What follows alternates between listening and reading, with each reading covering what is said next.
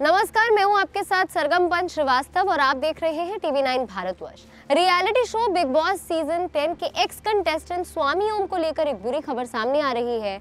आज स्वामी ओम का निधन हो गया। वे बीते कुछ महीनों से बीमार थे। उन्हें 3 महीने पहले कोरोना हुआ था, जिसके बाद उनका एम्स में इलाज चल रहा था। 63 साल की उम्र में उन्होंने अपने निवास एनसीआर के लोनी स्थित डीएलएफ अंकुर विहार में अंतिम सांस ली।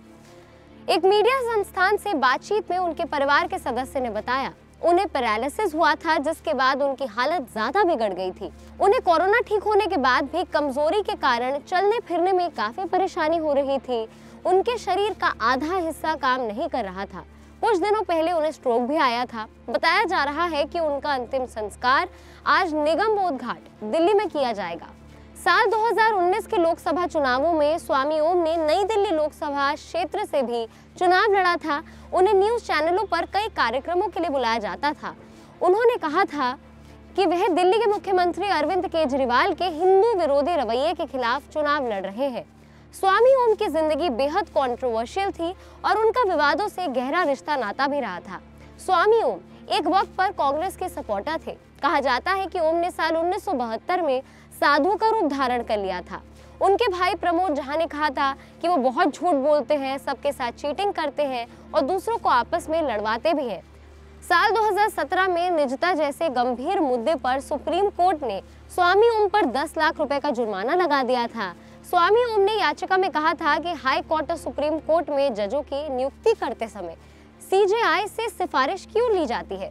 इस पर सीजीआई खैर और जस्टिस डीवाई चंद्रचूड़ की बेंच के सामने केस आया तो कोर्ट ने कहा कि ये पब्लिसिटी स्टंट है, लेकिन स्वामी ओम ने इस पर जवाब दिया था कि वो बिग बॉस के जरिए पहले ही बहुत ज़्यादा पब्लिसिटी पा चुके हैं।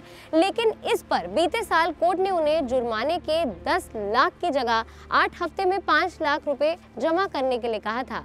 इसके बाद स्वामी ओम काफ़ी चर्चा में भी आ गए थे। स्वामी ओम उस वक्त भी चर्चा में आए थे जब एक चैनल में डिबेट के दौरान एक महिला ने स्वामी को थप्पड़ मार दिया था, जिसके बदले में स्वामी ने भी महिला को थप्पड़ मारा था। दरअसल राधे मां पर हो रही बहस में ओम ने महिला पर निजी कमेंट किए थे। इसी के बाद गुस्साई महिला ने ओम को चाटा मार दिया था। इसके बाद इस मामले में ओम के खिलाफ नोएडा में भी शिकायत दर्ज कराई गई थी। स्वामी ओम के खिलाफ दिल्ली की साकेत कोर्ट ने भी वारंट जारी किया था। दरअसल एक महिला ने चोरी के इरादे से घर में घुसने का आरोप लगाया था। इतना ही नहीं, ओम पर अवैध हथियार रखने का भी आरोप था, जिसके बाद कई मुकदमे ओम के खिलाफ आर्म्स एक्ट, टाडा और अन्य एक्ट के तहत दर्ज कराए गए। एक न्यूज चैनल को दिए इंटरव्यू में स्वामी ओम ने कहा था कि मैंने ही राजनायक से कहा था कि बिग बॉस 11 के विनर शिल्पा शिंदे को बनाया जाए, लेकिन शो के होस्ट सलमान खान चाहते थे कि उनकी गर्लफ्रेंड हिना खान जीते। स्वामी ओम ने अर्शी खान को भी सलमान की गर्लफ्रेंड बता दिया था कि अर्शी को पूरे शो में सलमान ने सपोर्ट किया था। स्वामी ओम जितने भी दिन बिग बॉस में रहे थे, विवादों से घिरे रहे थे। स्वामी ओम की कुछ हरकतों को देखते हुए सलमान खान ने भी कई बार उनकी क्लास लगा दी थी। बिग बॉस के अंदर स्वामी ने कई लड़कियों को गालियां तक दी थी। उन्होंने शो में अपने कंटेस्टेंट बानी जी और रोहन मेहरा पर अपना यूरिन फेंका था।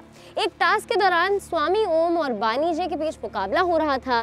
घर के सभी सदस्य बानी जी को समर्थन कर रहे थे, जिस पर गुस्सा होकर स्वामी ने एक बोतल में यूरिन भरकर बानी जी और रोहन मेहरा पे फेंक दिया, जिसके बाद उन्हें घर से निकाल दिया गया। लेकिन उसमें भी स्वामी ने घर छोड़ने से साफ इनकार कर दिया। इसके बाद सुरक्षा गार्डों ने स्वामी ओम को घर से बाहर निकाल दिया था। स्वामी ओम एक बार नथुराम गोडसे की जयंती के एक कार्यक्रम में गए थे, जहां एक महिला ने स्वामी ओम का विरोध किया था। जब ओम ने माइक संभाला था तो उनके खिलाफ विरोध हुआ था। इसके बाद जब वो नीचे उतरे तो उनकी खूब जमकर पिटाई भी की गई थी। तो इस पूरी वीडियो पे आपकी क्या प्रतिक्रिया है, नीचे कमेंट सेक्शन पे लिख के हमें जरूर बताएं। बाकी देश और दुनिया की तमाम बड़ी खबरों के लिए आप जुड़े रहिए टीवी 9 भारतवर्ष के साथ। परवाह देश की, सोमवार से शुक्रवार रात 10 बजे टीवी 9 भारतवर्ष पर।